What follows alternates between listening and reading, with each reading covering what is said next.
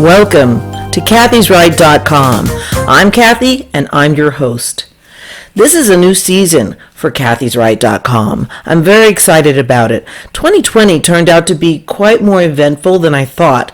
I had no idea when I began my show and my podcast that we would have national shutdowns, that we would have riots. All of the things that happened made 2020 one of the worst years in American history. 2021 will be like 2020, I anticipate, only now it's 21, which means it can drink, and that's a scary prospect for anybody. When we were young, we were told to never discuss politics or religion. We were taught that by our parents, who apparently loved us, but they could not know what a vacuous hole not talking about politics and religion would leave.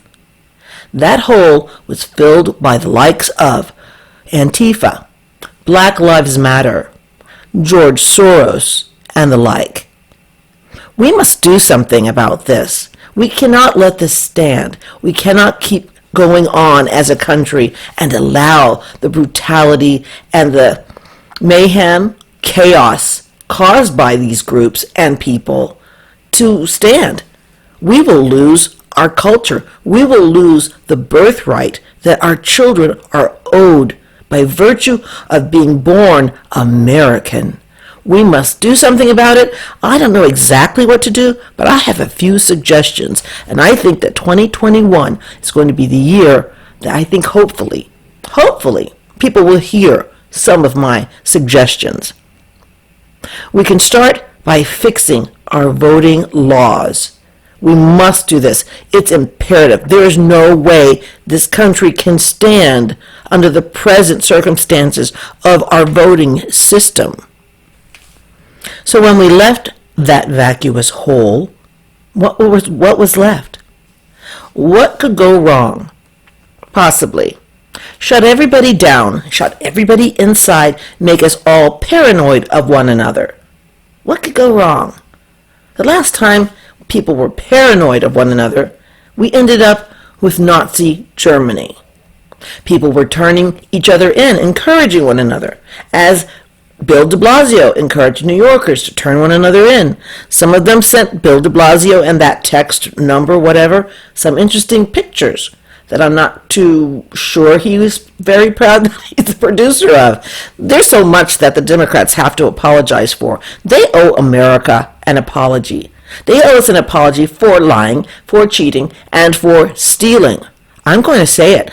This may be my last YouTube video. I don't know. They've threatened to take conservatives off of YouTube just because we're going to call out the fraud. We're going to call out the stealing and the lying.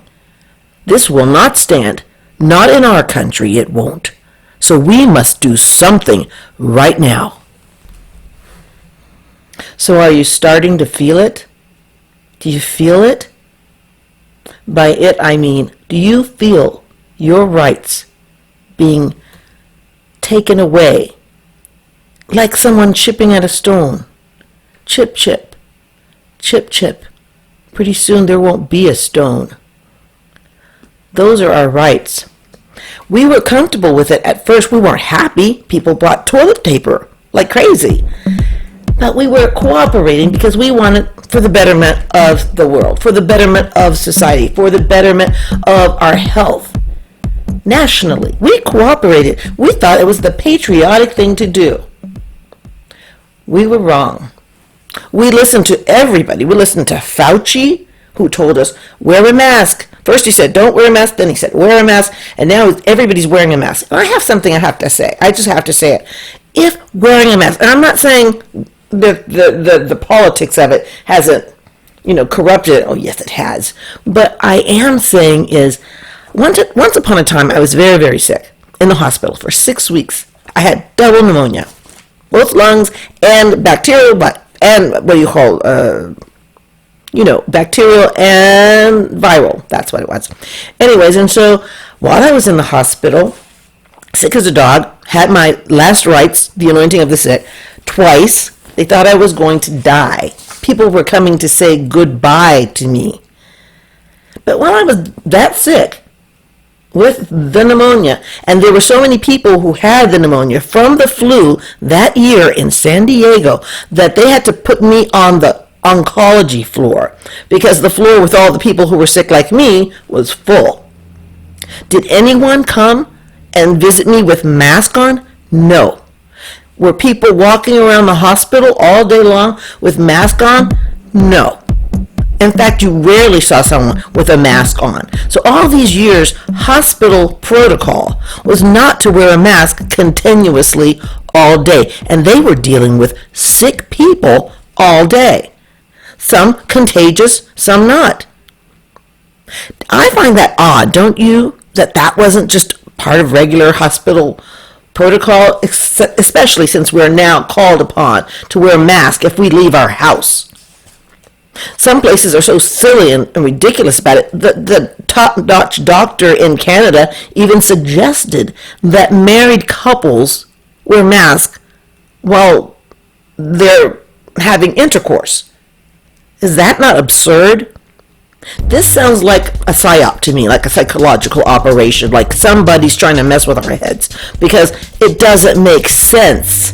They tell us it's about the science, but if it was about the science, doctors in all doctors' offices, when you would go there when you're sick, would have been wearing masks the whole time. Do you see that when you go to the doctor? He sees sick people all day. If the mask were the cure-all for infectious diseases, viral diseases, wouldn't that have always been the protocol? In a hospital setting, a doctor's setting? It's just something to think about.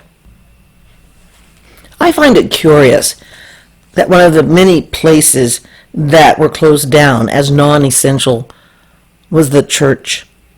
The churches across this nation. How did we allow that to happen? Titty bars stayed open, but churches were closed. I know that for a fact. I don't go to titty bars, but I'm just saying. That is absurd to me. Why is that? They silenced our churches years ago when they started saying, oh, well, if you say this, or if you have this political person in your church, or you speak on the side of any sort of party, you may lose your tax-deductible status in the United States of America. So pastors and priests were terrified of losing their status or getting in trouble with their own leaders for, rocking that boat. So what happened was they watered down Christianity. Probably Judaism too, and Hinduism and Buddhism and everything else. They watered it down to scare our pastors into talking this watered down Christianity. So now no one knows what a sin actually is. Nobody even knows. I remember I taught CCD, fourth graders, and I brought up the subject of sin only because it wasn't in the book. It wasn't in the criteria. It wasn't a part of the curricula from the CCD department. It was watered down. It was watered down. I complained to my priest. I said, this isn't Christianity or Catholicism. This is just be nice. Just be nice and you're good with God. Just be nice. When I asked them if they knew what a sin was, their hands, they didn't know. They didn't have any hands up. And I would say, well, anything that you would say or do that would offend God, that's a sin. And it's pretty much laid out in the Bible what that is. And for further reference, like if you want to fine-tune what sin is, we have a catechism for that. But all the churches were watering it down. We all became the church of nice. Just be nice and God loves you and go home and give us some money and you're good. That is absurd. There's such a thing as sin. Right now, with this new religion, I call it environmentalism and globalism, but it is a religion because people feel real guilt and pain if they do something that might offend the earth. Like if you litter. I don't dare litter. When I was a child, I remember that commercial with the Indian on the horse, and then another one he did with the canoe, and then he would look at the scraps on the ground, and there was all sorts of trash, and it was horrible and ugly, and a tear slowly dripped down his face in the front, and that changed me. I haven't littered since I seen that commercial. I used to be a child sitting in the back of a station wagon. I remember my aunt. She was driving the station wagon. She complained all the time when she was driving. She thought that women should just be the only ones driving, because she says men don't know how to drive. She was very funny. I miss her. But we'd be in the back of the station wagon in the back part, and we were making paper airplanes, throwing them out of the back of the station wagon for fun. It was great fun. But then after I saw that commercial, everything changed. I felt awful about littering. I should have, because it's a horrible thing to do. It's horrible to see. But the problem is this. When we lost our morality, brought on by the sexual revolution, which was a lie, and feminism, then that became the new morality, how you treated the earth. So people who feel absolutely no guilt having multiple sexual partners, I mean, really, really sadly, I mean, they're really degrading their souls by doing that. But they have no guilt about that whatsoever. But if they forget to recycle, they feel pain in their hearts. What the heck? You feel guilt about littering. You feel guilt if you don't recycle. But you feel nothing? I'm not talking about you. I'm talking about society as a whole. It's promoted on television. And that's why I'm going to be talking about audio video of the world, the creators of everything we see on television and the media. I'm going to ask you something to do. It's kind of an assignment, and I want you to comment and tell me what you see. When I studied film, I studied a class called Narrative Strategies, which was one of my favorite classes, and I had this horrible argument with my teacher, my professor at the time, and I thought that I should expect more out of a film than what we were getting from some of these idiotic films that we were assigned to watch. And he thought that I was wrong. I've come to expect quality. Okay, but here's your assignment. Watch a little TV. Try it. Just watch something. You'll find when you watch the television or even a movie, and I'll be reviewing both, it's going to be rare that you see a married couple kiss, make out. No, you won't see it. I watched it for a whole day. I didn't see one married couple kiss. Not unless you watch an old movie and at the end, the two people that fell in love will kiss at the very, very end. But today, almost bar none that I've seen, because I watched them all, rated R, rated PG.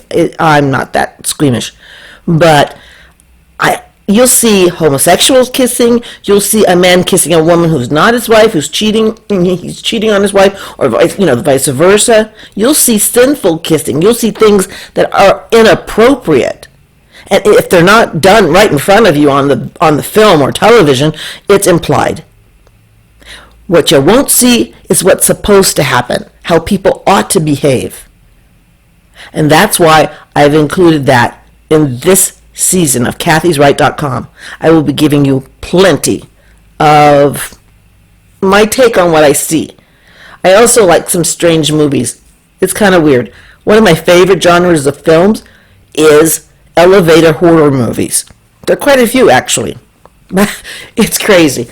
I'm also an artist, so you'll be seeing some of my art, and I also will have some featured artists. I try to have one at least once a week. My first one will be, once again, Robert Waddell Cook, who is an artist out of Atlanta, Georgia. He's phenomenal. He does modern art, and it touches your soul. I don't know how he does it, but his art touches your soul. And I'm going to give you some samples of his work on my videos. And if you're listening to my podcast, you might want to check out his Instagram. I'll give you that at the end of the show. Stay tuned to Season 2 of KathysRight.com.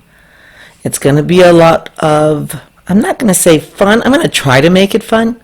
But Basically, I want to be here for you because our lives, it's sometimes unbearable.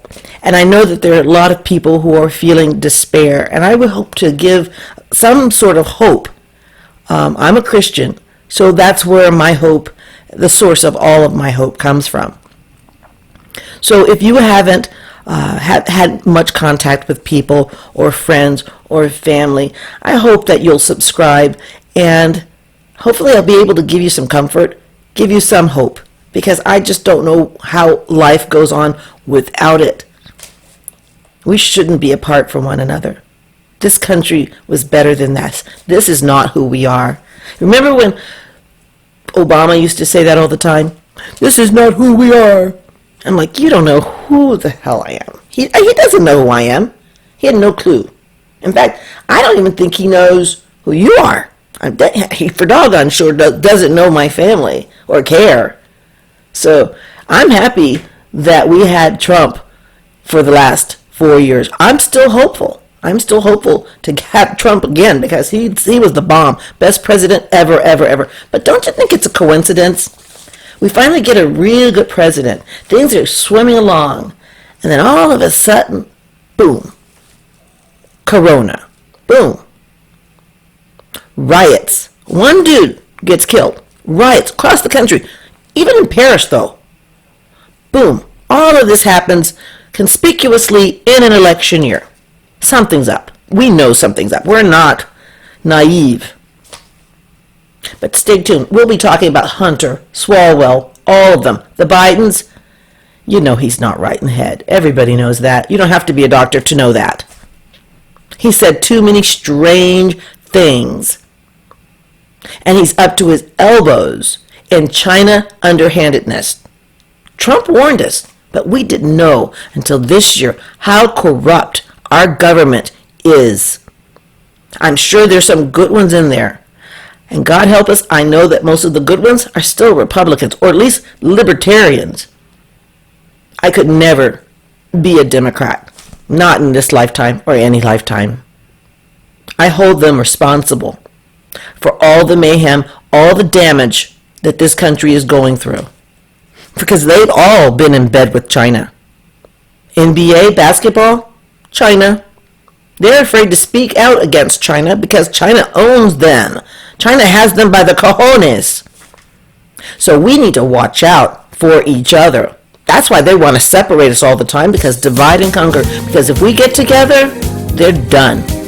So stay hopeful, stay focused, stay prayed up, and stay tuned to more KathysRight.com. I'm Kathy. Subscribe today. Bye.